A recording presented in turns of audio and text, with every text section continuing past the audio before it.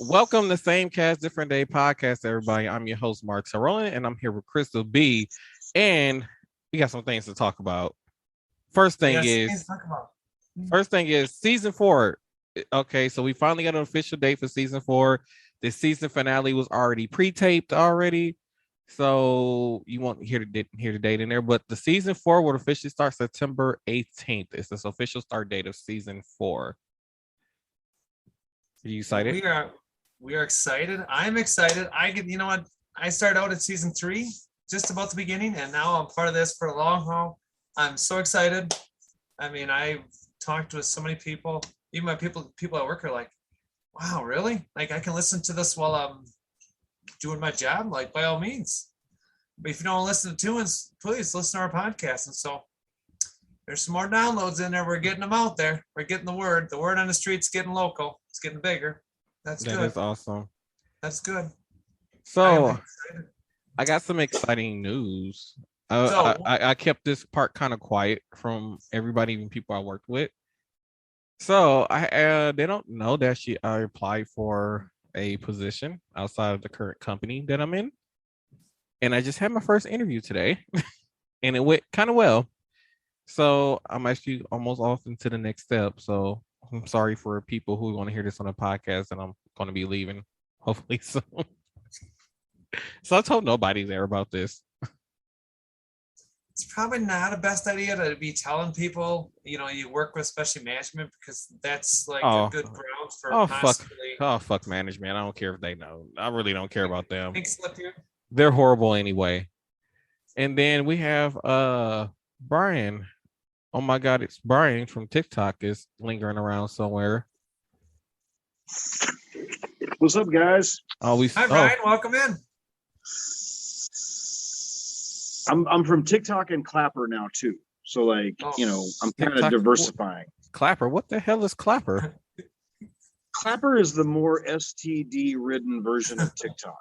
Oh my goodness. I don't know why I even asked that question. Why did I ask that? No. Honestly, there's a lot of good creators that are moving over to Clapper because they're just having a real hard time on TikTok. So, so Clapper is just a kind of a backup account type situation for a lot of big creators right now. Oh, just learned something. So, Brian, how did your birthday go? Oh, is that Brian's background? Jesus Christ. How did your birthday go? Yeah, man. My birthday was great. Well, it sucked because I turned 49 years old. This is the first time that the switchover was hard to deal with. I'm reaching AARP level. You know what I'm saying? I was just about to say you should be happy about the discounts.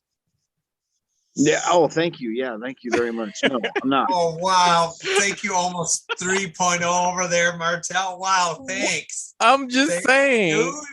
I can't wait to get my ARP discounts. I can't wait. God. You go ahead and you tell me that now, but tell me that when you actually get it. Be like, oh yeah, this 5% off is worth it. I'm telling you, anything that's worth saving money is worth it. I'm just saying. Mm-hmm. I'm excited because then at that age, you be damned if anybody say anything to you, because you can say whatever you want and nobody will say anything to you about it. Because you know what? When you get to a certain age, can't nobody correct you on anything. Well, I don't know that that's necessarily true. I get corrected every day of my life. I mean, once you get to by all my friends, you can insult somebody and you know what? They can't correct you because you reach that age where you just can't be corrected. That's true. I'll test that theory out soon. You know what? Well, I'm going to take a little minute here, and because, oh my God, this is Brian is actually with us this evening as a guest. I'd like to actually thank you, Brian, for actually getting my GoFundMe fundraiser going. So I actually want to take just a minute, and actually that he's here live on video. I could actually see him and tell him that. I appreciate it. Thank you so much, Brian, for doing this. Thank you for getting it going. Yeah. And you don't know how many people have asked me, hey, who's this gentleman that set the fundraiser for you? And I said, check him out on TikTok. Now you got to check him out on Clapper. I said, he's a very important person. Old bald guy. No, actually, you're very important. Listen, I'm going to steal the microphone for a minute because I think this fundraiser is really important. And listen, we love Crystal. Crystal, by the way, you look beautiful tonight. You look beautiful always, but you look wonderful tonight. This is an important thing. I mean, like, I think people want to be part of this process with you. And we won't go into details, but there's people out there that are still living in their skin and living in hiding and things like that. They're not living their best life necessarily. And what you're going through is important to them. You know what I'm saying? And that's what I want to tell folks is, follow the process with Crystal, and it's it's an opportunity. $5-10 is not a big deal for anybody, and it helps out a lot. So thank you for the comment, Brian, and that is so true. I mean, Brian, everyone could put in just a small amount, and it doesn't mean it's, even if I don't even know you could be in Japan, India, South America. It doesn't matter. It's the fundraisers out there. We have it out there pretty much worldwide. So if anybody wishes to, by all means, and I appreciate everyone so far. I've raised $120 so far. So just a few of my friends, Brian and Martel actually started the two. So they're actually the first that actually donated in. So gentlemen, hats off to you, both of you. That is awesome. It'll grow. It'll take time, but it'll get there. Just be patient and keep talking about it. And I'll drink to that. And like I said, it's really about engaging a community and saying, listen, we want to support. Maybe this person, you don't know Crystal, and that's okay. I mean, there's thousands and thousands of Crystals out there in the world that don't have a voice and don't have a platform, and this might give them the little push that they need to kind of start moving forward on their life and figuring things out. You know what I'm saying? Yeah, that's right. I mean, I'm just trying to help those people get out of their, get out of the closet, because the closets are made for clothes and shoes and boots and everything else. Just come out, enjoy life, and it's okay to be you. Because Martel, you're gonna laugh at this, but there actually are parents and people. Okay. I mean, there's even people in my work, okay, about maybe 5% are real negative, Again, don't care about them. I got no time for them. But out of the 90 some percent, it's only 5% that, so another 5% that just don't understand, I've explained something they don't understand, but, the 9% are like, hey, you're a human being, so am I. Nice to meet you. That's it. The story. And it's pretty interesting when they start asking questions about me and they're like, oh, wow, that's like, I've really never heard of this. And I said, well, you can YouTube it. You're welcome. No, I said, always YouTube it if you need to look into it. I said, but that's what I did. I said, you can look me up on Facebook, TikToks. I said, any of those, I said, and you're welcome to, I said, I'm going to try to do, as Brian says, I'm going to try to do more like videos and, talk about myself, actually talk on a video instead of dancing around like a crazy chick, but actually and start introduce myself and tell everybody, it's okay to be trans. It's okay to be you. You're loved, you're cared for. And if nobody cares for you, I do. My friends. I went and watched the video of both process for male and female, and it just left me with more questions now. So hopefully we get our health expert on probably next season to answer those questions that I have. I still want to know if we're going to do the menu thing, if we get to see the menu items. Oh, that's right. I forgot about that. I got to get that We're supposed to do a Zoom. Wait, menu items? Do a Zoom where we get to look at the supercut menu items of what Crystal gets to choose from. Oh, I was lost at first. Oh, okay. Oh, I'm so embarrassed. My face is red. Wait, let me find out they have a menu for that. Well, you know what was funny, and I'll try to do this PG as possible, but we were in a live with Crystal, and we brought up, do you get a choice? And she said, what do you mean? Don't they all look the same? And every single woman in our live was screaming, no, they don't. Yeah, because there's some ugly ones out there too. I'm just saying. Well, mine won't be bedazzled, so don't worry about that, boys. Okay, don't worry about that. I'm not no city chick, so don't worry about that. So don't have to worry, you know. Good Lord Jesus. All right, we're done embarrassing. That's okay. My cheeks, that's fine. I love it. I'll take it. I'll take the heat. So last week was actually supposed to record with Brian last week, but unfortunately, I didn't have electricity last week due to a storm coming through our city and knocking over everything. It seemed just about. So we happy to have Brian on this week with us. We just don't know we're a week late, but we're happy. So the storm pretty much wiped out over 225,000 residents here electricity. So nobody had electricity. I was about 2 days with no electricity. There were some people who went about 4 or 5 days with no electricity. I know there's a woman who depended on oxygen and depended on electricity, I guess, to give her oxygen whenever she needs it for her breathing treatments, and she had no electricity to do it. And all they can say is that I'm sorry. Like they didn't help. They didn't even know like the city or state didn't provide generators to these people. They didn't come around to check on anybody.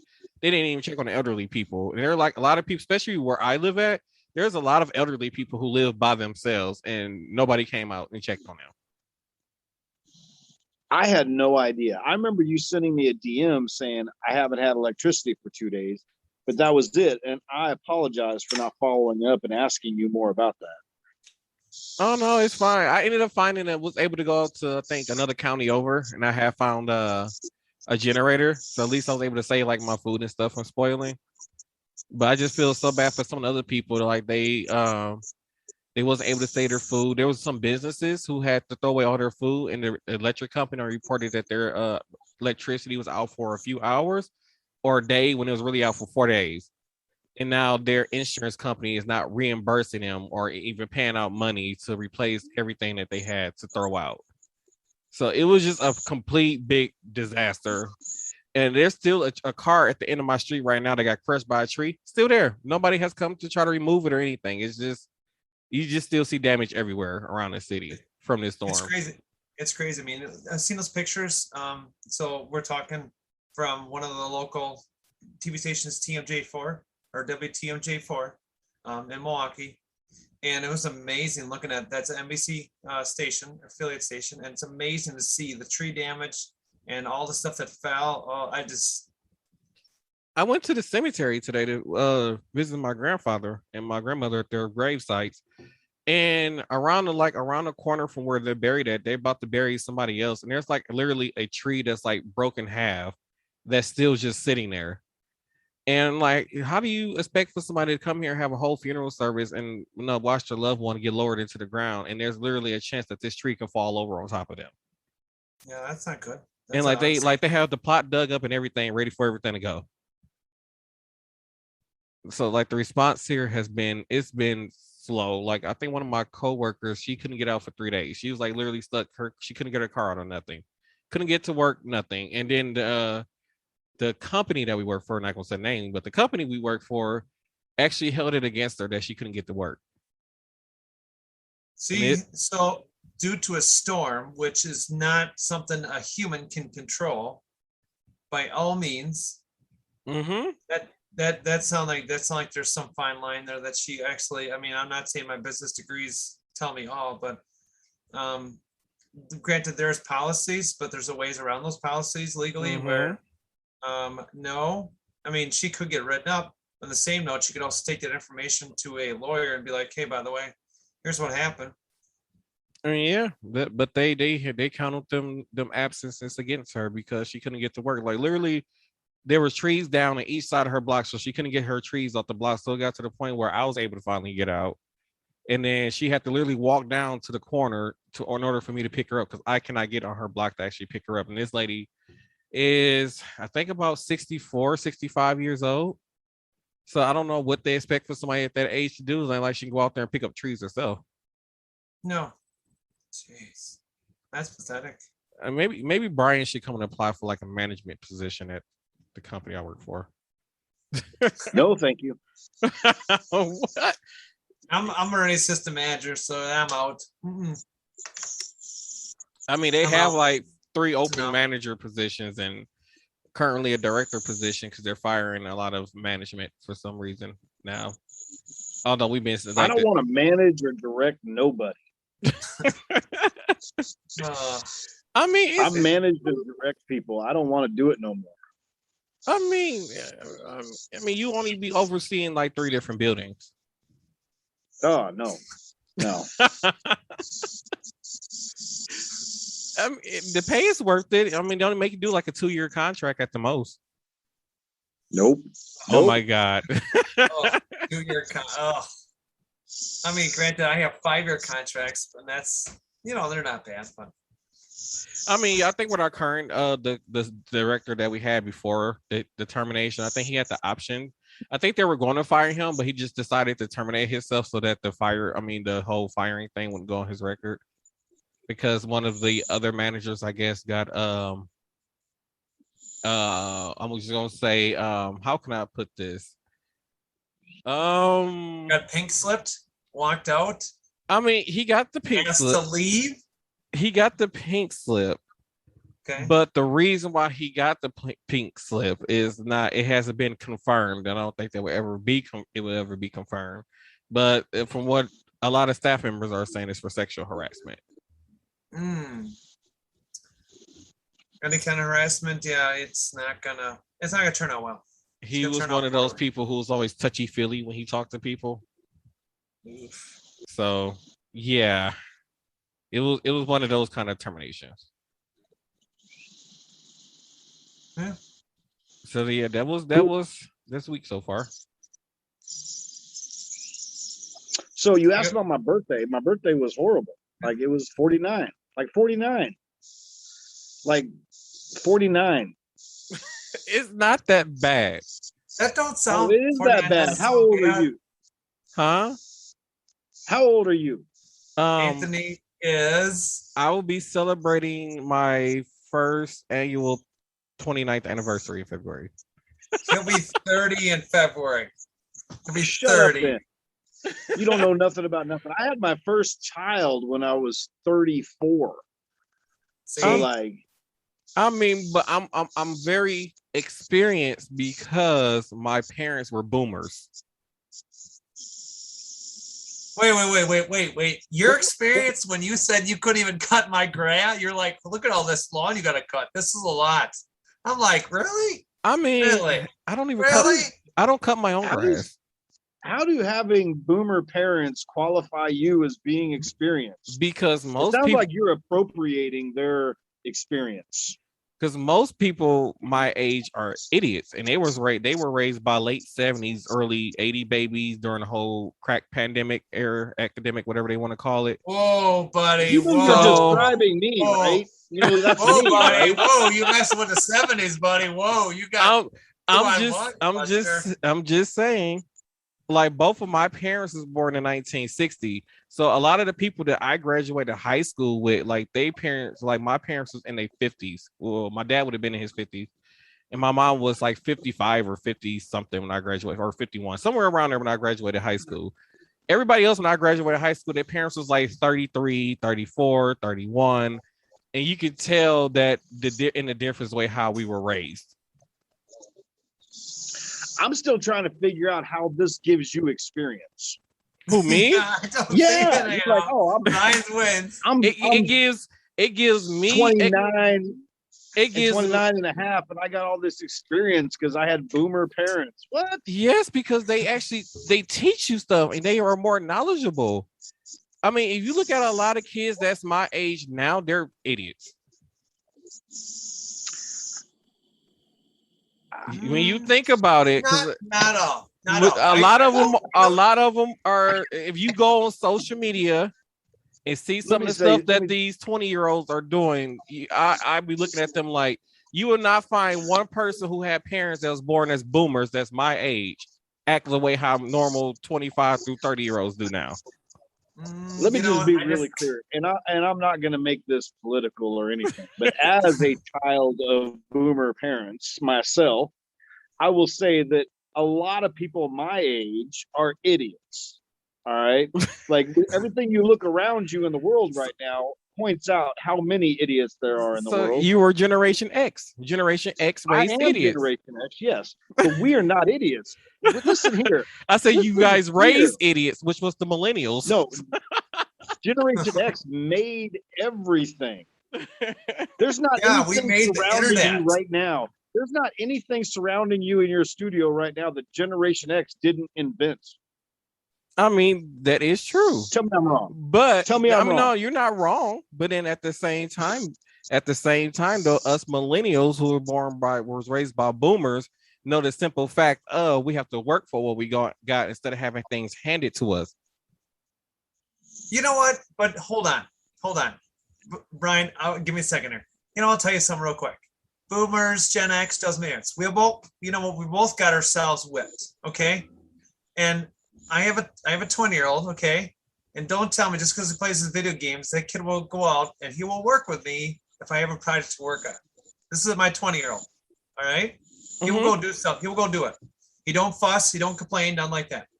When he's with his mom, he'll fuss. When he's with me, because I don't deal with it. He gets it done. I mean, yeah, it depends on the parenting. Yeah, of course. This is an interesting topic, and let me be really clear about the millennials that I have engaged. I do I produce Comic-Cons, I do large events and things like that. And the millennials that I've engaged with, there are two types of millennials, in my opinion, in my experience. Now, there is the one type of millennial that just, that all of us Gen Xers sit around and they just want everything handed to them and yada, yada, yada. Yes, there is that person, but that person exists in all generations. That's not a millennial thing. All right. Oh, yeah. Sure. They feel that, social credibility and being an influencer and things like that make them relevant or important. And that's fine. There's the other millennial that is much more predominant. And that millennial has changed the script whenever it comes to a paycheck. They have not looked at the world and said, how do I need to work to live? How do I need to live to work? I don't need 3 or 4 jobs. I need to work to live. I need a job to where I can go travel and I can do other things. And there is a lot of millennials in the world that have this mindset. And it was frightening for me as a Gen Xer to see what they were doing. But I realized that they don't care about a paycheck. They can make their own money. You know what I'm saying? They know how to start a business and get a business up and going in the internet world, where a lot of the Gen Xers and stuff are still stuck with, those golden handcuffs of a 401k and health insurance and all this kind of stuff. And these other millennials are like, I can take care of all that myself, and they're doing it. There's a large predominance of millennials that we need to be watching because they are killing it right now. That is true. Like I said, it's them ones who were raised by the right people who see the world totally different. Yeah, like I said, I'm one of those. I'm one of those people where I look at some of these people. I'm like, I refuse to work 3 or 4 jobs. I'm going to work my one job. And if I can't make it off of that job pays me, then that means I'm doing something wrong in life. Yeah, I'm going to start a podcast and I'm going to make $1 million doing a podcast. I'll show all of you. I mean, I had another idea before this, but I was like, I was not in the right mindset for that. So, but you have to understand that children choose their paths not necessarily based off of what their parents did. Sometimes they choose their path because they don't want to do what their parents did. And a lot of these millennials grew up in households with single parents or even 2 parents working all the time, never getting to see their family. And these millennials are making a different choice. You know what I mean? They were given an example of what not to do. And I see it, and it's beautiful, and I think it's wonderful. And we need to celebrate them more for making that choice. They're moving into campers, not campers, but fifth wheel, living in tiny houses and reducing their expenses, and they're not buying a $300,000 home whenever they don't need it. You know what I mean? And they're moving all over the country and flying all over the world. I love it. I want to be a millennial sometimes. And that's one of the things I said. Like I was thinking about buying a home, but like I said, I'm not afraid to buy a $300,000 home, and then like I'm never there in the first place. And I mean, you don't ever buy a home, and then especially with the work schedule I have now, I would never be at the house. I'll be an idiot to go buy a house right now. But the idea that you're buying a home, that you own this property, is that's what I'm saying. This millennial mindset says, I don't own this property. I don't own this property for 35 years, and more than likely, I'll probably refinance and sell this property before 35 years is up. So there's no, I mean, this American dream of owning your own home and all of these things doesn't exist in the millennial mindset. It's a change of priorities, and I love it. Yeah, I love this change. We constantly want to travel and see the world. Yeah, because I have so many like people in my family that, but like a lot of all my aunts and uncles was born in the 50s, and I can say the majority of them has probably never left the state. Isn't that sad though? I mean, I'm not saying it's sad. That's a choice, and I get it. And sometimes it's not a choice, but like to live in a bubble is comfortable.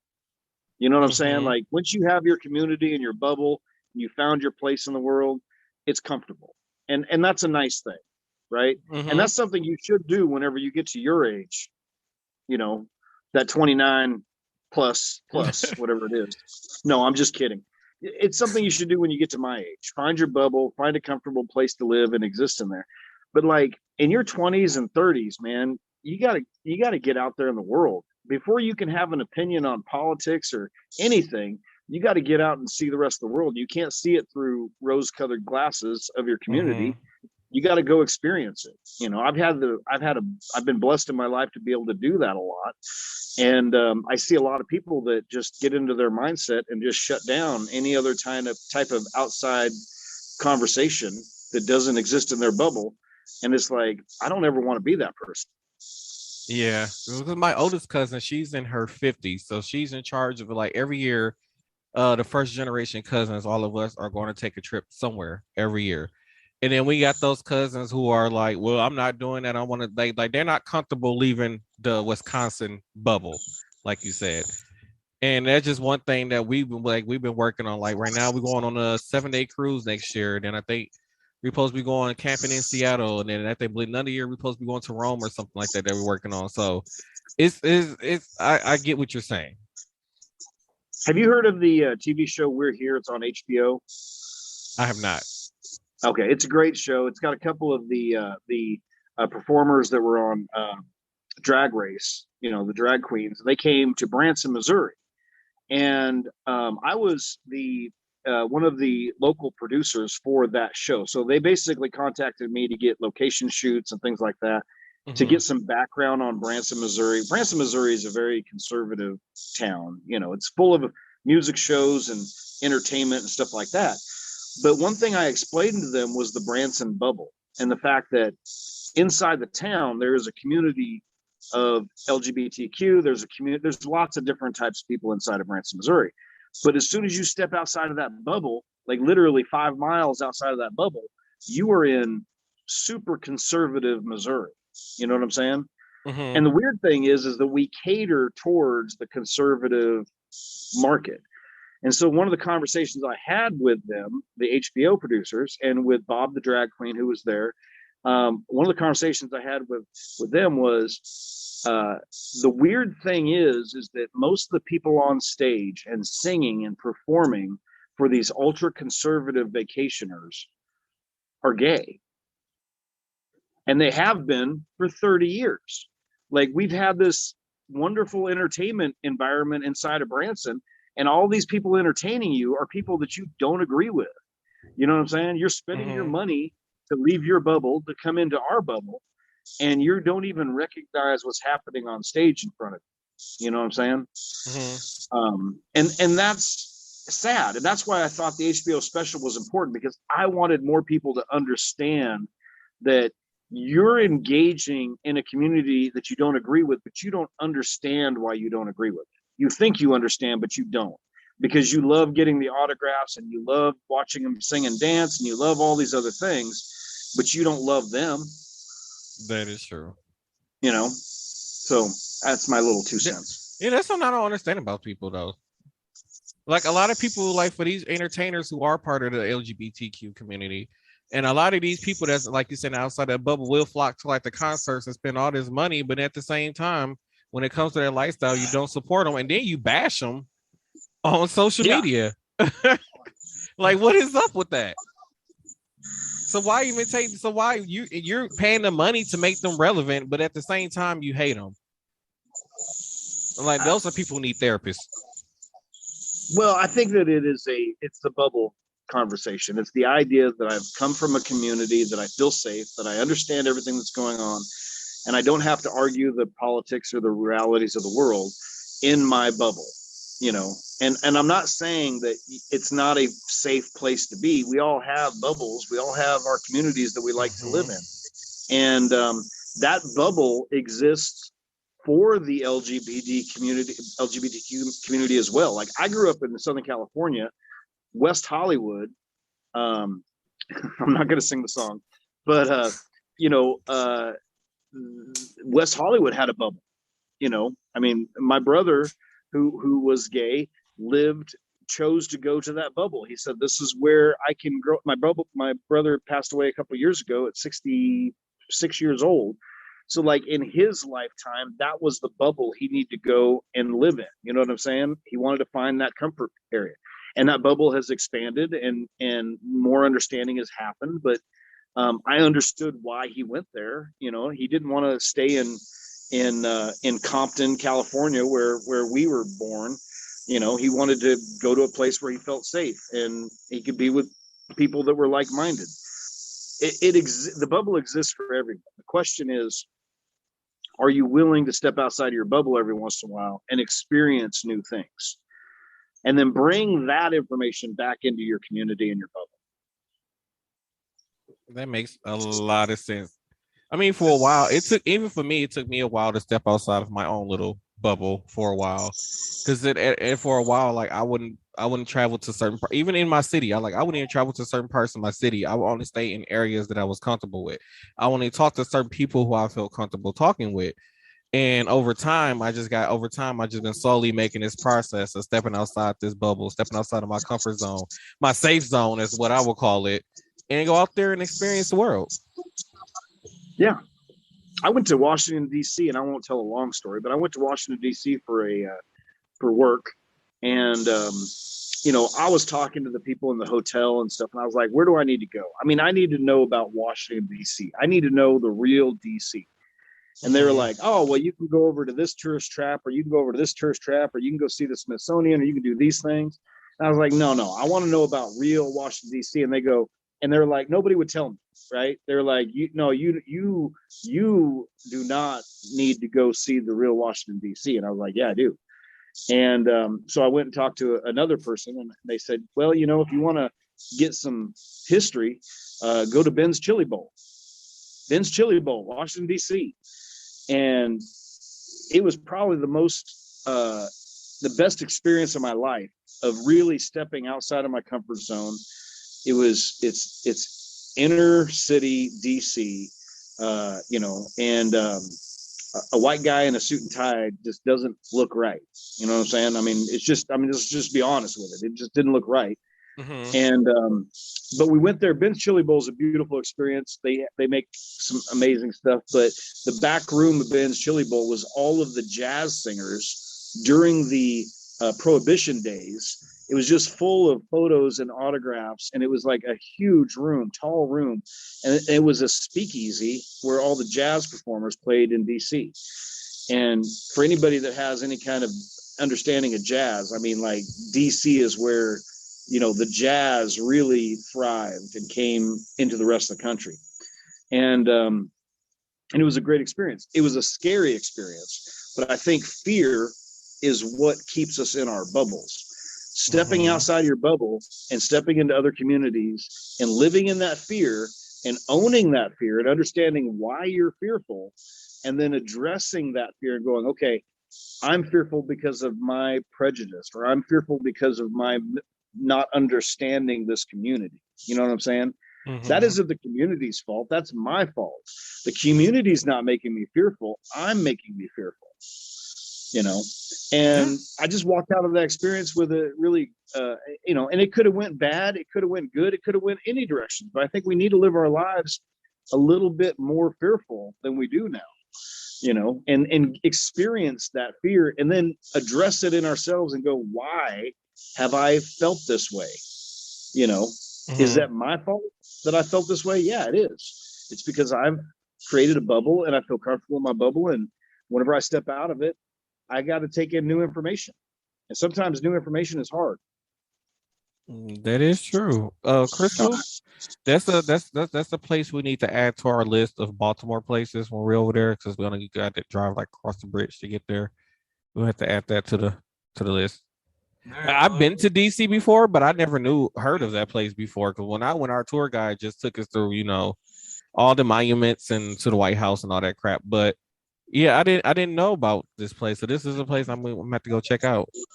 That'd be worth going to see. I mean, we're gonna be, to me. I mean, you talk about fears, like, I'm scared and nervous about flying a plane by myself, getting out in a new city, I'm out of my bubble. I'll be in Uber or Lyft, I don't know anybody. So it's all one of those. I mean, yeah, I'm gonna have my fears. I am. And I'm telling you right now about them. So I'm gonna have to conquer them and step on them and move forward. I mean, by all means, but make sure you have some fun though before your surgery while you're there. Yeah, I won't have any fun. By the time I pretty much get there, I'll pretty much be, I don't know. I can't even, to be honest with you, I'm not able to even alcohol consumption or nothing like that's cut off by the 1st of October. So pretty much out for the time being. Oh God, I would die. But the good news is that I have a friend of mine that's actually in the Baltimore area, and he told me that he would actually hook me up with something for the flight back, so we could take some back from Maryland, which would be fun. I mean, that'd be nice to take whatever. But you got to go to a little bottle of something. You have to go a whole month though without alcohol. Yep, whole month. Yep. Oh my God, my liver will literally die if I go a month without wine. Like, Jesus, how would you do that? No. Everyone's got to drink more. There are real, there are real problems in the world right now, and you all are complaining about having to go without alcohol for 30 days. That's a long time. I'm not complaining, Brian. I'd be troubled. I'd be troubled. This dude over there with the name Martel Rowland, I'm fine. I'm fine. If you worked at the place that I work at, you would need wine before and after you leave that place. Is that bad? You tried to get me a job there. I mean, somebody has to deal with the slack. I'm just saying. And I'm not going to be a director. No, thank you. I don't know. Well, be a manager or a supervisor. I need those. Well, if you were gonna stick around, then maybe I would. Maybe. Oh hell no, I'm leaving. Then them people will try to send you into COVID room. Well, with the proper isolation gear, you need to go into a COVID room. That's why I'm trying to leave. Listen, I hope your other interviews go well, because you might be going back and re-editing this podcast. Why? Because you're gonna be taking out a whole bunch of stuff that you said about your job if you don't move to another job. Oh no, I don't care. I've talked about them a lot on here before. Everything stays in. Like I said, long as I don't mention their names or the name of the place, I am perfectly fine. Yep. We just say it's a work, business, location, whatever. Yeah. Like I can't even say stuff. Just think, I'm a contractor. I'm a military contractor. I can't say where I work, what I do. I just say I clean stuff. That's it. That's all I can tell you. That's it. I'm a DOD contractor. That's it. Look, if they go after me, if they go after me after hearing this, all I gotta do is call OSHA anyway. The people in the military just laugh at me when they say that. Oh yeah, okay. We know what that is. Oh no, this bottle is almost finished. Oh, 1 second. Oh no, your bottle's almost empty. Actually, this one is empty. Good thing I got like 12 or 14 more behind me somewhere. The tragedy. He's gonna mail me. He's got to drop off a cupcake for me yet. Oh, I actually have one. Oh, Oh, really? We're supposed to have it before Thursday. Today's Thursday. I see what had happened was today. Oh. I had the interview today, and then after I had the interview, I kind of took an old man nap, and then I had to go and do some errands. Oh, a 50-year-old nap? Is that what you just said you took? Yeah, I took an old man nap. I ain't gonna lie. Oh, so now Brian and I are what? We're youngsters? Is that what we are? It was We're like 37 No, I here took a and nap older? today too. it was like Huh. one of those naps where I fell asleep but didn't know I was sleeping. So I woke up and was like, damn, I was asleep type of nap. Oh. So it's been very eventful. But this is the actual cupcake. I don't know if you can see it. Mm-hmm. So Yay. it's a chocolate cupcake, and on the inside towards the bottom, it has a Oreo towards the bottom here in this area. Then it still has a peanut butter filling on the inside too, also. You know, maybe if he shows up on Sunday and brings me that cupcake, maybe that'd be good. If he I shows mean, up on I mean, this batch is kind of old, so I'm gonna have to have her make some more. crusty old stuff. Well, that's fine. We'll give it to Seagulls. I mean, because they're like almost a week, huh? I'm diabetic, and I want to climb through the screen and snatch that cupcake out of your hand.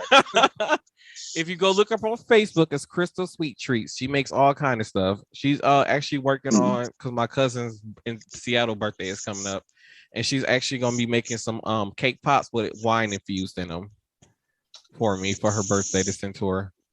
So yeah, she can make just she can make keep talking about sweets. Go ahead. I'm just saying she can make just about anything you can want. I mean, she can. I'm just saying. Awesome. Yeah, I'm sorry. And it does us no good to see it through a screen. Hey, so what that means, what Brian means, Martel, is that when we go down to Missouri, okay, not the state of Missouri, as you might call it, Missouri, part of the Midwest. You mean to get your tramp stamp? Down there, when I get your tramp stamp. my tattoo, guys, then we will bring him. We will bring him like at least actually no, 3 of them. Because he's got to give one to his kid. You're not gonna get me in trouble for him having a diabetic coma. No. I will meet you guys. Up at that city. Do you want to talk about the city on your way down here? The one that you have to stop in at? Sure, is it in the ghetto? Because I don't do the ghetto very well. No, I'm not a ghetto person. You'll see billboards for it when you're coming down I-44 out of St. Louis. You'll see billboards for it 40 miles out. It's Mianus, Missouri. What? Yeah, I heard about that. Wait. Yeah. Wait, pause. Yeah. Time out. Can somebody please Google and show me this sign? Missouri. And we got to stop in Mianus because in Mianus there's a fudge factory, and I'm not joking. No, it's true. This is true. Brian told us this story. There is a Brian fudge had a duel. factory in Mianus, and they got wonderful fudge. You know we got to what? stop in there. I gotta go Google. Oh my Go gosh. ahead. There's a church. There is a chapel in Mianus where they do weddings, where you can get married in Mianus. There's a bar and grill in Mianus. There's a lot of fun places to stop in Mianus.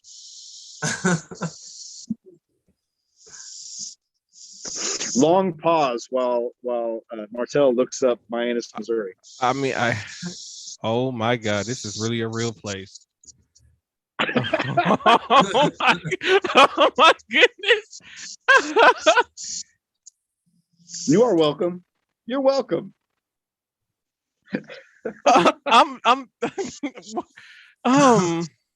It's on Route 66. That's even better yet. Yeah.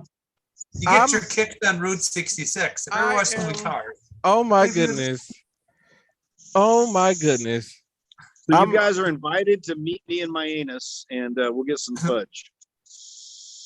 Yay! Oh my God. And There's one in Connecticut too. Escape. They have a sideshow right here. They got chicken bones. Yeah. There we go. Doing everything going on. Oh my. Post. The town's actually called Uranus, but it's funnier when I say Mianus. But it's Uranus, Missouri. It auto-corrected me. Oh my goodness. I'm blown away right now. I can't. Who thought that would be a good idea?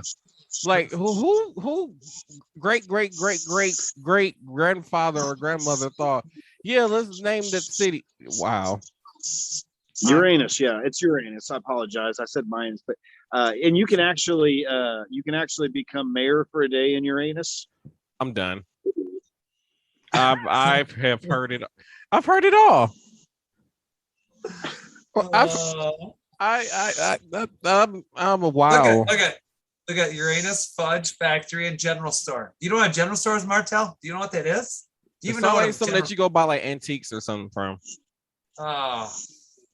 Yeah, you can get all your grandmother's antique furniture in Uranus as well.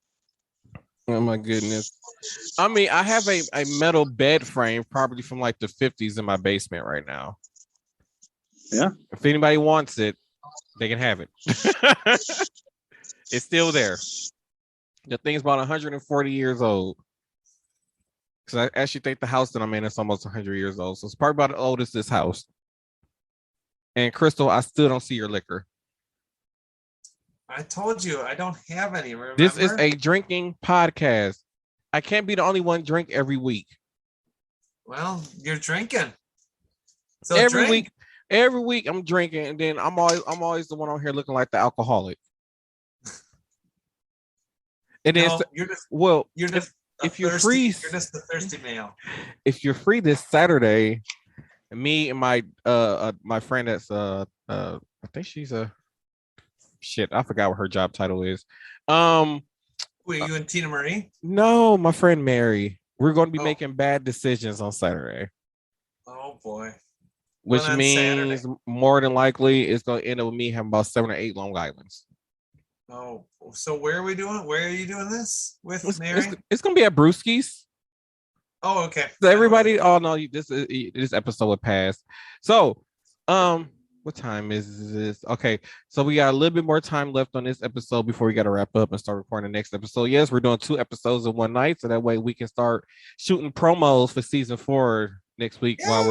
While you guys are listening to the rest of the episodes, we'll be shooting promos for the next season. So don't worry, I will not be dancing unless people actually request it. So if you request it, I mean, there is that video of me singing "All I Want for Christmas Is You" very badly that you sent me. So that might end up on the YouTube. Oh, speaking of, before I forget, everybody, let me know how your OnlyFans friends are doing who makes a living off of OnlyFans. Let me know how they're doing. At me, DM me, tweet me. I don't know where else there is on whatever people can do. Because as of October, if you haven't heard the news, as of October, OnlyFans is moving away from porn. So all you who use OnlyFans for your porn, or people who make a living off of OnlyFans doing porn, they will have to come up with another way to make money. Oh. So let me know how your OnlyFans friends, OnlyFans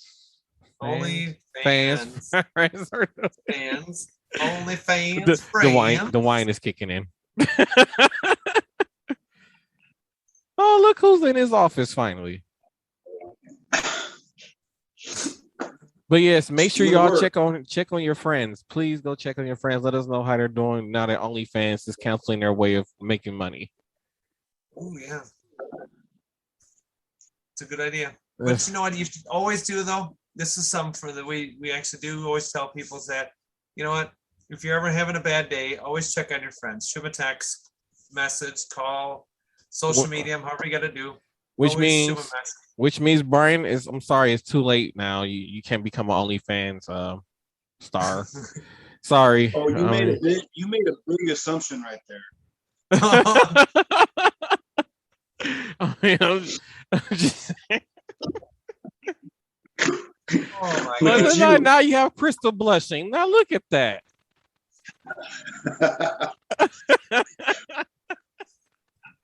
The shenanigans that goes on here on this podcast, ladies and gentlemen. This is almost season finale worthy. You know what? Almost. You know, one of these times you guys are gonna hear me snort. I might snort maybe. I've done it a couple of times on here.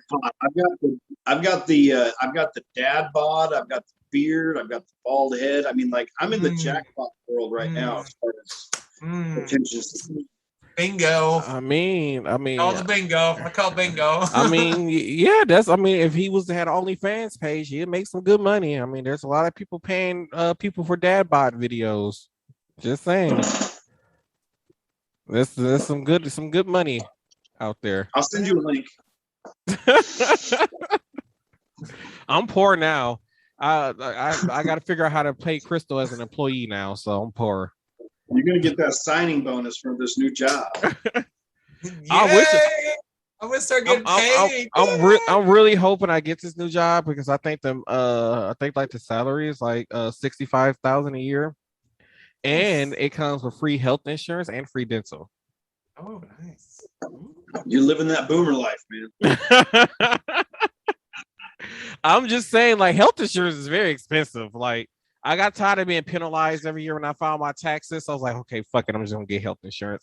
But then I don't use it because every time, like, the health insurance, even though it's through the company I work for, you think that since I work through a hospital, it has like good benefits to it. It doesn't. Like, every time I go to the doctor, I have to pay $30 every time I go to the doctor. No matter what, it's $30 every time I go. And there's like the co-pays, you're still paying high co-pay amounts and stuff. It's horrible. It's like oh my God, it's horrible. People with Badger Care and stuff got better insurance than I do. Oh, you know what Badger Care is? Oh, sorry, Brian. That Badger Care is like the poor people insurance. That'd be like that, like get state insurance, I think. Or is that Medicare? I don't know. I need that. No. Badger Care is a state funded insurance. Okay, well, yeah, that because them people don't have to pay for nothing. I wish I had their insurance. So they could go break their leg and have 4 babies all on the same day. Don't have to pay nothing. So I mean, so when you're off like a medical leave in the state of Wisconsin, you have the FMLA, which is actually federal and state. It's the same policy, and you can actually apply for Badger Care, but it has to be a month after you're off. Well, I should apply for that then when I was off from work for 8 months. So because as long as you have to get it, like I have like how much it is, and I like I said the quote is, but I believe you had to make less than $20,000 a year. So you're just gonna rub that in. You know, I think what it was. No, dang well, I make over $20,000 a year. I mean, maybe I'm wrong. I could be wrong. Like I said, the numbers have changed, but because in the United States, they don't believe in paying people for medical leave time off. You know, giving you some kind of incentive to even give you 50% of your pay. Instead, they make you get an insurance because that's how the world goes around in America. Yeah, when I was off, I was receiving 60% of my pay, which equaled out to about $400 and some a week. Which I was like pissed. I'm like, man, I get this and like I make more than this in a month. It was so upsetting. Well, but that's kind of where that's the deal. That's that's part of the insurance deal. That's what it is. Well, somebody should burn down insurance. Insurance, you know what? Insurance, I can't stand insurance, even car insurance. Like, it is all a scam. Like, we got to have insurance on our cars just in case something happened. Like, and then on top of that, it's very expensive to have. Like, I don't understand why it's so expensive to have. Like, I pay $216 a month for car insurance on my car, and I have not had an accident now since 2011, and yet my insurance rates are ridiculous. Like, I just feel like I should go start an insurance company. That's what I should do. I should go start a car insurance company and scam millions of people out of their money. You sound more like a boomer every moment. Wow. How do I sound like a boomer? Like back in my day, these dang kids, these insurance companies, I haven't started back in my day stories just yet. I mean, I know I'm getting there, but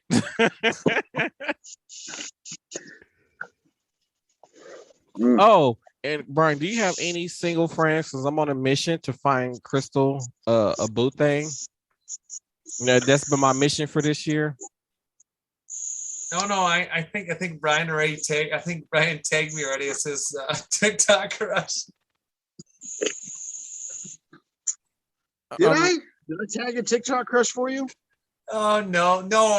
I thought you were my TikTok crush. I thought Brian. Oh Lord, let me find. Don't let me find Brian's a man whore when it comes to TikTok. I am off the market. I'm not in the market, but I'm also not off the market. I'm just skating right now. He's just existing at this point. Yeah. Well, I mean, he had an idea for me and someone else. So I mean, whatever. That's what I'm not against his plan. I'm not saying it's bad. I'm just saying that my mission is to find you a boo thing, though. So everybody that's up there listening, don't know anything. What is Crystal looking for? They got to have a job and a car. That's all I know so far. So are you like the Blues Brothers? Are you on a mission from God? I mean, do you know who they are, Martel? By the way, who the Blues Brothers are? I know who the Blues Brothers are. They're old, but I know who they are. Okay, I mean, are you on a mission from God that you're trying to make sure you get someone, whatever? What you're doing? Yeah, and remember, everybody I grew up with were born mostly in the 50s. Okay, so I do know about this stuff. One aunt was born in the 40s, so I know about this stuff. You mean the stuff meaning the iconic Blues Brothers? Yeah. Oh, okay. Well, the stipulations for Crystal getting a significant other can't just be a job and a car. I mean, that's the only thing she's told me. I mean, that's setting the bar pretty damn low. I mean, okay. I mean, Jeffrey Dahmer had a job and a car. Oh, jeez. Yeah. Okay. Well, Crystal, you have to let us know what your standards are. You have to come up with some better standards then, because Brian is right.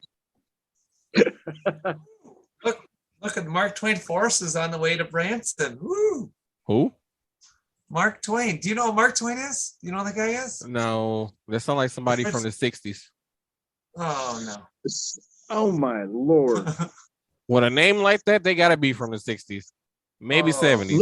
Look up Mark Twain quotes whenever you get a chance. He is one of the great American authors. From the 1800s? Yeah, from the 1800s. Sure, Martel. But the thing is you don't want to read his books. You want to read his quotes, because he had some amazing things that he said about the world. And the weird thing is they still apply today for the most part. I'm not telling you to look it up right now. Oh no, I'm already looking it up already. You shouldn't have told me to look it up, especially when I'm intoxicated. I love Googling when I'm intoxicated.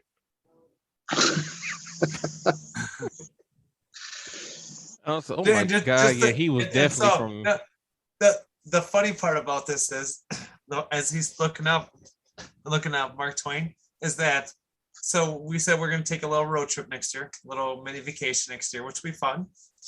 But he's always like up for some challenge to beat Google time, apparently. So he was born in 1837, 35. Good God. Was it electricity? Oh, no, yeah, I think it was. No, it wasn't. Books he wrote. Look up what books he wrote, and then all of a sudden you're going to be like, oh, okay. I'm not even going to say them. Because you're going to be like, oh, okay. So what about the road trip now? So he was like, they banned one of his books in school now. They really? I mean, yeah. You mean recently banned one? Yeah, like in the last 10 years, they've taken his books out of public reading in schools. I can honestly say I have never read any of these books.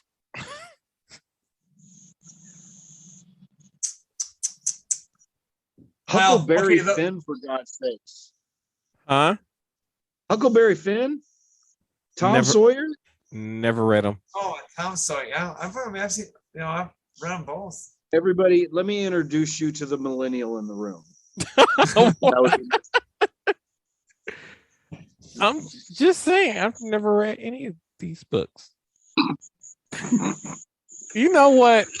Screw you all, okay? Oh wow!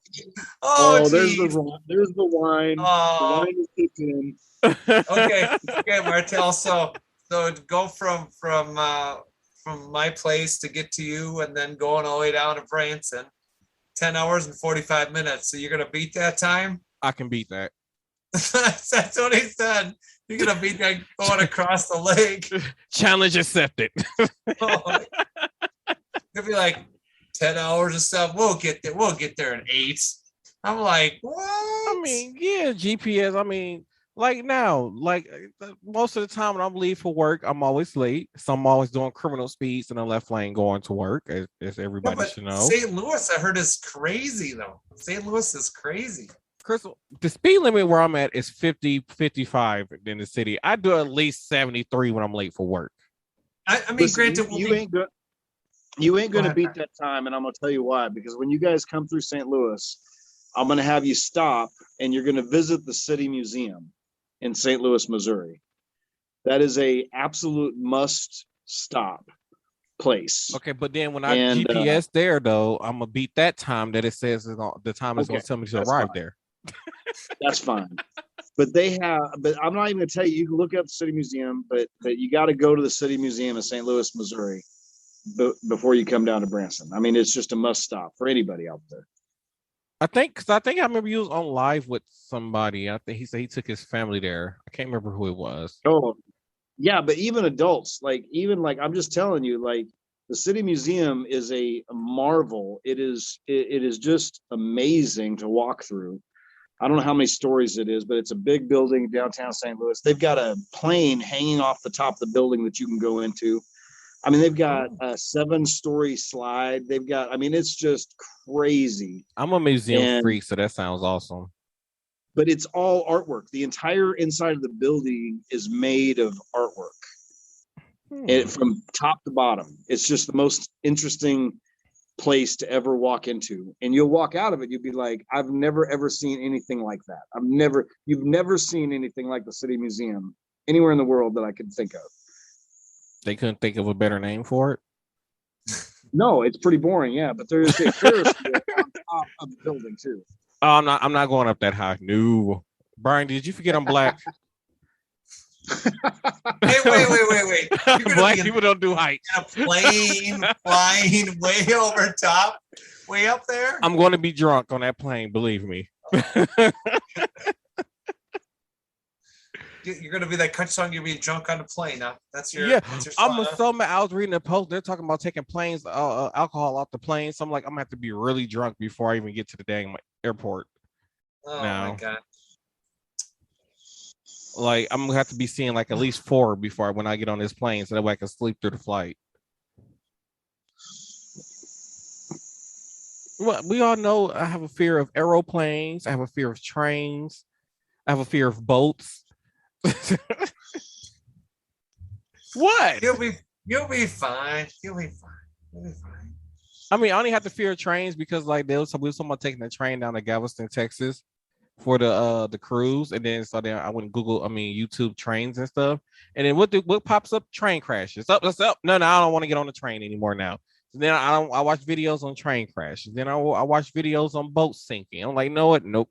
Everything's just a disaster. Well, after what happened in your area, you should not watch videos on houses being crashed by trees. I haven't. Mine's nearly escaped. I think the tree in front of my house right now is probably one storm away from like being blown over. I've been watching it. I wonder if I should call the city about that. Now that I think about it. You probably should call them up. Hello. I don't know. They're mad at me because I kind of called the alderman and cussed her out and told her she needs to get the fuck off her ass and actually do something about checking her residence in her within her district or whatever. And I left it on her voicemail, so she's probably pretty pissed at me right now because I called her lazy too, a lazy fuck actually, and I left it on the voicemail with my name and stuff and contact information and where I live. I have no filter. I can't help it. So, all right. Okay. So get back to me and dating. Supposedly, because I know we're rolling over this one. So yeah, a job, a car, I don't know. Have their shit together. I don't know if that's possible. That's still leaving it very open. I don't know. They need to have their shit together as much as you think you have your shit together. There we go. Yep. Do you like them tall? Do you like them short? Do you like them wide? Do you like them thin?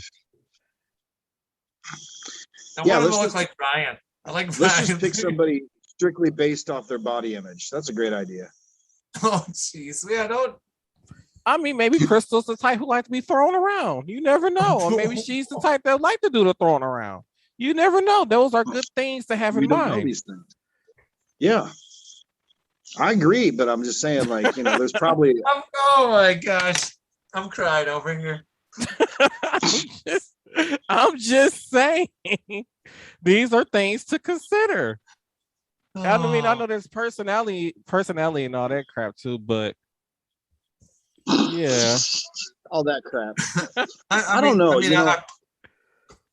This is a complicated conversation, and we're making light of it, but I mean, it's a complicated conversation. I mean, there's disclosure, there's consent, there's a lot of things that, that are going to exist in Crystal's world that I'm asking a question. Do they exist in the normal dating world? I mean, that's how do we find the right person for her? You know what I'm saying? I'm not trying to bum anybody out. I'm trying to say. I mean, do you like wine drinkers? I don't know. She do they exist in your world, Crystal? They do. Oh yeah. All right, we gotta find it because me and Old Yeller, we are total opposites. I don't know how it's been 5 years. I still don't know because most of the time I'm calling them all kinds of dicks and assholes. So I don't know. Well, Paul Abdul said opposites attract. There you go. 1989, buddy. Or was no 1991? Sorry. I wasn't born yet. So it doesn't apply. If he wasn't born yet, it doesn't apply. Again, everybody, welcome. Let me introduce the millennial in the room. You know what, Brian? I'm not gonna keep taking these insults from you about being a millennial. This is gonna be. We're gonna just gonna roll over. This is gonna be like we have a 2-episode podcast in this thing, really. Oh my! But then we're all said and done. Good. Hey, God. I'm not running the show here. I'm just making injections, so conjectures. Oh my gosh, you guys! I mean, Brian is just over here insulting millennials. Well, my millennialism. But I'm not. I'm just saying that I'm pointing out characteristics that need to be identified. That's all. Wait, Martel, what is everyone telling you at TikTok? You be kept up with your TikTok over there? I can't get access to be honest, I haven't even been paying attention. It's been dead. I know it was people going in and out real fast. So, and it was going too fast. So I gave up on that. So, yeah. I'll drink to that. I don't know. It's so warm. Like, I don't understand. Like, when I pulled my car out the garage earlier, it was like 92 degrees. Like, I'm so sick of swamp butt. Like, I really am. This is getting ridiculous. Like, 79 Brian and his people need to come and get their weather out of Wisconsin, bring it back down there where he is in Tornado Alley or wherever he's at. It was in the 80s today. There's a nice breeze. It's so nice down here. Oh no, it's hotter than the gates of hell. It's been horrible all freaking Florida week. Humid. It's Florida humid. It's worse than Florida. I feel like I'm in Haiti right now, in the middle of nowhere with no water. That's what it feels like. I mean, it's hotter than the jalapeno coochie. It is hot. Haiti's had some about my coochie, Martel. Shut up. You are in a beautiful first world country, and you're not dealing with any problems except for a little heat. Well, they need to take it away. Well, hopefully they manage to keep the electricity on, because my internet been kind of crappy since the power came back on. Because actually, after the power came back on, I still was without internet for like a day and a half or so. So it was terrible. I'm like, AT&T, you had like 3 days or 2 days while the power was out to get your services back running. But then when the power came back on and my internet wasn't working, they're like, oh, only 27 people were affected, and it took you a whole day and a half to fix 27 people's internet service. Like, this is what I pay for. I pay $90 a month for this. Sorry, I just remember I got to call and customer to get a discount on my bill. That'll make me feel better. I mean, yeah, I had a problem once with my internet that went down, but that was like some kind of like terminal. Yeah, but you got Spectrum. That's normal with Spectrum. Their service has always been horrible. I don't Today's podcast sponsored by Spectrum Internet. I would never take endorsement money from them. Yes, I will. I'm lying. I will for the right amount of money. Today's podcast re-edited by Spectrum Internet. These people are going to hear this is like they had the drunken idiot was on here making a fool of himself the whole entire time, and it's Crystal's fault. Yeah.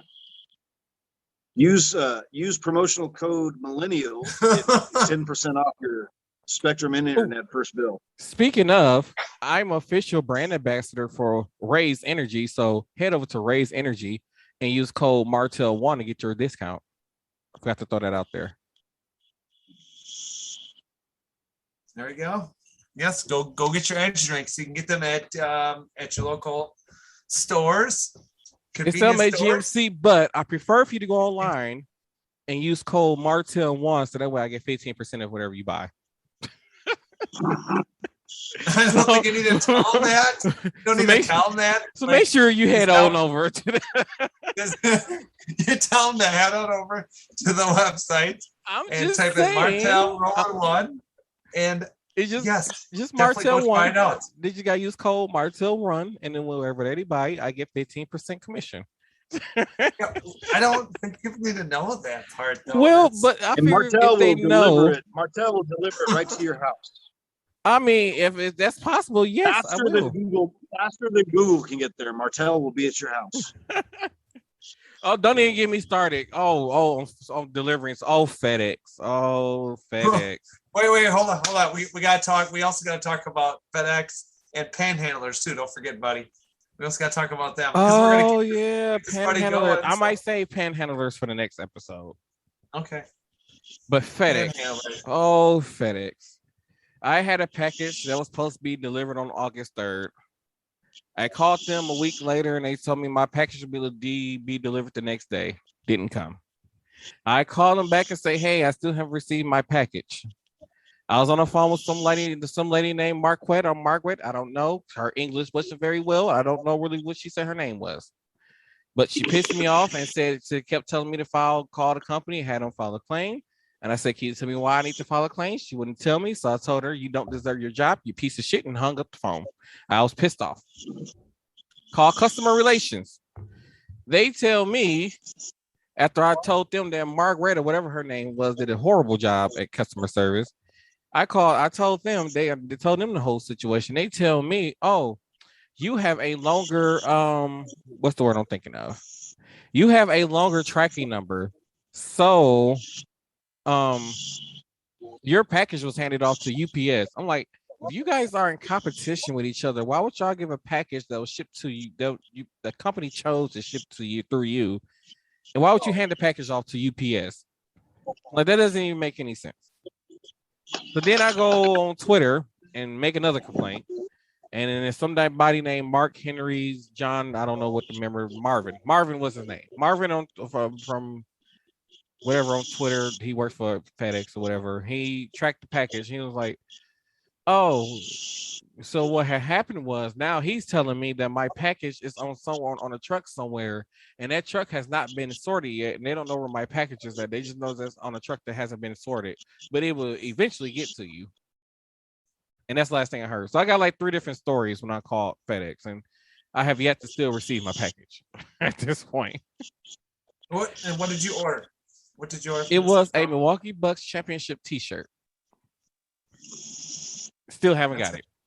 That's weird. That would take forever and a day. I ordered this shirt the day that the Bucks won the championship, and here we are a month later, and I still don't have it. And then this isn't like FedEx is just the worst company ever. Like, we have a sign posted outside and that it says put all packages on the inside of the porch. And then sometimes I would go online, leave it in the notes to leave a package on the inside porch of my house. And they always set the package on the front stairs where everybody can see it. So whenever FedEx deliver a package to my house, I never get the package. Like, I really hate FedEx. They are like the worst shipping company in the history of shipping. And that was my FedEx rant for this week.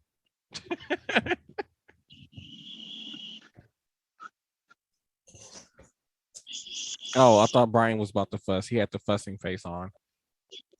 I really want to, but like I really think that we live in a beautiful world.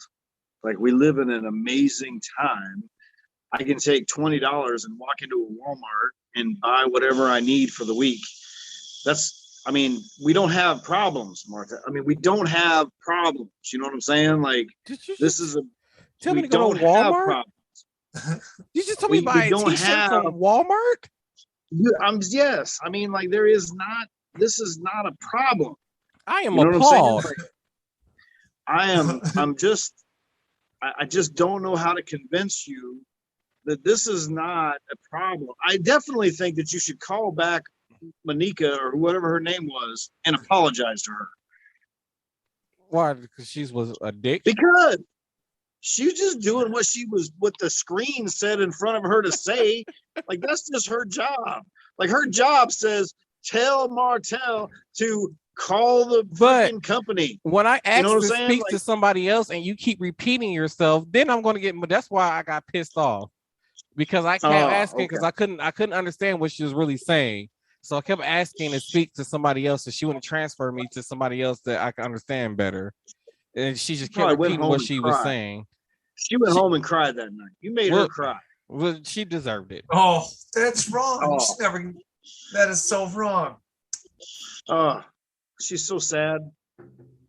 And then there's a Walmart literally down the street from my house. I don't even go there. I don't go there anymore either. I order it online and it gets delivered to my door. I mean, the most I could probably by FedEx. Sometimes I can't wait that long, so I just go to do like curbside pickup or something, because that's just faster. I thank God for the quarantine. 2020, I love it. I mean, DoorDash and Walmart delivery and everything else, it's just like, it's never going to leave my life now. I want to go back into another lockdown. I was able to sleep longer for work and then get up for work at like a half hour before I was supposed to be at work and still get to work on time because there was no traffic. I enjoyed every minute of the lockdown. It was nice last year. Mm-hmm. It was very nice. Nobody was on the roads. Everybody was working from home or laid off or whatever it was. I mean, I was laid off until they could figure out what they figure out in Wisconsin. How can we function? How do we get back to work so we can do stuff? Now, long as we keep Ron Johnson in office, we're all going to be dead pretty soon anyway. So no. I thought it was funny. I took a new job. I took a job a couple months, probably about 4 months ago. It's for a magazine company, and when they were interviewing me, they were telling me, "Well, here's where your office is," and all that kind of stuff. And I'm like, "Yeah, I'm never going to be there." They're like, "Haha," and I'm like, "No, I'm serious. I'm not ever coming into the office. I'm working from home. I have an office at home. It works fine." And they're like, "Oh, well, we would prefer," and I'm like, "I don't care what you prefer. Like, this is pandemic time. Like, I know how to do my job, and as long as I'm doing my job, I will not be in the office." And I think they really thought I was joking. And I had a conversation with the big boss, just a couple of days ago. And he's like, "So how's it going?" I'm like, "It's going great. Like, look at all our numbers. We're doing awesome." And he's like, "Yeah, are you coming into the office ever?" And I'm like, "No, I told you when you hired me, I'm never coming into the damn office." Yeah, Brian, you sound a little echoey. It's like you were like distance from your phone. I still heard it. I just put in the description of the podcast, like, "Hey, Brian has some audio issues," but I understand what he was saying, because if the company that I interview for is strictly remote, so I'll be at home working, doing the same thing. That's why you're taking that job. You lied. Yeah. That is not the reason why I'm taking the job, because I kind of prefer, because like when during the week or whatever, most of the time besides when I'm going out to go drink and make bad decisions, which don't happen that often, the only time I literally leave the house is to go to work. So I kind of enjoy leaving the house and going to work and getting mad during rush hour. It's kind of my thing. I enjoy that part. But yeah, I mostly took it because of the pay, which means more money to finance stuff for the podcast. Yay. And I'm gonna get paid. Woo! Yeah, hopefully Crystal's finally start getting paid, which means you got to start paying taxes off the money. It'll be a legal job. Never get paid. Oh, Brian said I don't have to pay you. Okay, great. Oh, Crystal can get paid if Crystal goes and gets some sponsors. Ryan. See, this is why. Am I this so bad? Yeah, your audio again. Look at Crystal being a good co-host, complaining about your audio. Brian's right there. He's working on this thing. I'm not complaining. I'm telling Brian that he's so like distant. Is that better? I turned off my. No, you're still like got that like that. Maybe he should believe in the power of the Christmas tree.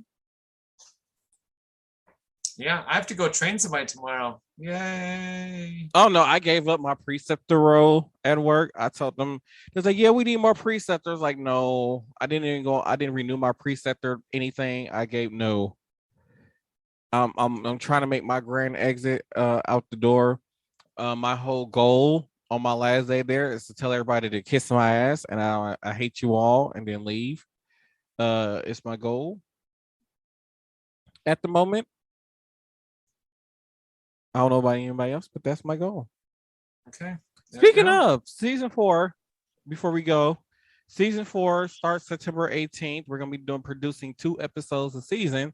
So over the course of this season, y'all got over 22 weeks. You guys have gotten 24 episodes over the last 22 weeks. So next season we're bumping it up, so it will no longer be 22 weeks for an entire season. We're gonna be limiting that down to, and then it's gonna be 2 episodes a week. So much, I'm so excited, which means more guests,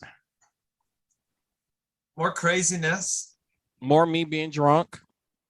Yep, and maybe by that time, maybe actually I'll have to get back into the beverages a month after, which will be probably like Thanksgiving. And then speaking of, so I'm in this Facebook group for podcasting, and this one guy had asked a question about has anybody seen any progress with their podcast in the last year or so, and if they haven't seen any progress in the last year. And then I offered some feedback. I was like, hey, I go take a listen and then give you some feedback, whatever. And they saying, no, I have people hit me up now like I'm the podcast guru on feedback. Like, hey, I'm still an amateur too, you know. I'm not that experienced in podcasting. But I guess when a lot of people say they ask for feedback, and people really don't give honest feedback on the podcast or their opinion, they just say, oh yeah, it's a great podcast, and that be it. So yeah, I give honest feedback. Like I had told him, I was listening to one of his episodes and it just started with him and his buddy just talking. I didn't have a clue about what was going on and it was confusing me. So I'm like, what the fuck are you talking about? And it was like 4 minutes of me not knowing what you were talking about. And then next thing you know, your intro played and you got to talk about what your actual episode was about. So I'm like, you kind of lost me there because it made me wonder, like, what did I miss before you start recording your podcast type stuff. So, you know, I try to give my honest feedback when I'm sober. Most of the time I'm at work complaining when I'm listening to these podcasts too. So it's been tough with work. Everybody's like stressing out because Joint Commission is coming through or supposed to be coming through for an inspection. So like everybody's like gonna be walking around like chickens with their head cut off, and they're like, "Hey, can you do this? Can you do that?" I'm like, "No," because I've been doing everything I'm supposed to do leading up to Joint Commission. So it's not my fault that now they're here and now you expect me to do extra work because you wasn't doing what you were supposed to do. So now I'm just gonna sit back and watch you make a fool of yourself at this point, which is entertainment to me. If anybody don't know what Joint Commission is, that's when the state comes through your facility and they critique everything. And if they find anything out of place, I think the minimum fine is like $10,000. Oof. Well, So that is if the healthcare there's field, if there's a bio bag where it's not supposed to be at, $10,000 per bag. Oof. If they stop if they stop your bio truck and you got nothing but bio on your truck, and it came from a certain facility, and if they stop that truck and they basically pick up your cans and they turn them upside down, if any fluid comes out, it's $10,000 per bin they find like that. I mean, it's no different than being in like manufacturing where OSHA gets involved. Oh, we got them too. We got everybody in our business there. That's why I'm trying to leave. It's crazy. They rip you from the rooter to the tutor. You don't know which direction they coming from at this point. Oh no! I mean, don't get wrong. I had a inspector kind of look at me and like almost grab my mask, and I had like a mask on that day just for, you know. But looks like Brian is leaving us. He's gonna call it a night. Looks like. Oh yeah, Bye, Brian. I was about to get ready and send Brian off, everybody, and end the episode actually. Let's thank Brian for joining us on this episode of Same Cast, Different Day podcast. While all my shenanigans, yay! Oh, thank you so much. Thank you so much, Mr. Brian. He was too good to unmute and say something to us. Apparently, but you can check out Brian at OMG. This is still Brian on TikTok, and I believe it's still the same on Clapper. Those are his two locations for social media. Well, as we are wrapping this one up here, Mr. Martel, what are your socials? So you go ahead with your socials. Why? My socials are not talking about other things. My socials are, you can check me out on Facebook at Crystal B. Check me out at TikTok at Miss Care Bear WI. And you can always check me out on the original place where I like to have fun and take pictures. Oh God, the app for the old people. Snapchat, DJ Care Bear 131. You can check me out on that. And then let them know where they can find a podcast also. And don't forget, you can check out the podcast on direct.me/same day different day podcast. Don't forget to check us out. Okay, first you're frozen, and then you messed up the name of the podcast. I said you talk about me. You called me out when I did it. You called me out. So the correct website is direct.me/samecast different day podcast. Don't forget to you can also email us at scddpodcast@gmail.com. And you can find us on Instagram at samecastdfnt podcast on Instagram. I'll first say gmail.com. And you can find me on the Facebook, the Twitter, the Instagram, and the TikTok. I think those are the only socials I got. At Martel Rowland. I think I do have a Snapchat, but I haven't been on there in like 6 years, so I don't really know how to use Snapchat. Don't expect to see anything from me on Snapchat if you find me on there. The Facebook page is Martel Rowland 1, and make sure you go like the page, the Facebook the podcast page on Facebook, which is Same Cast Different Day podcast. Make sure you like that. I'm sorry, y'all. I'm drunk with the wine, and then don't forget to like my page, Martel Rowland 1. On Facebook. Yeah, hit that like button on there.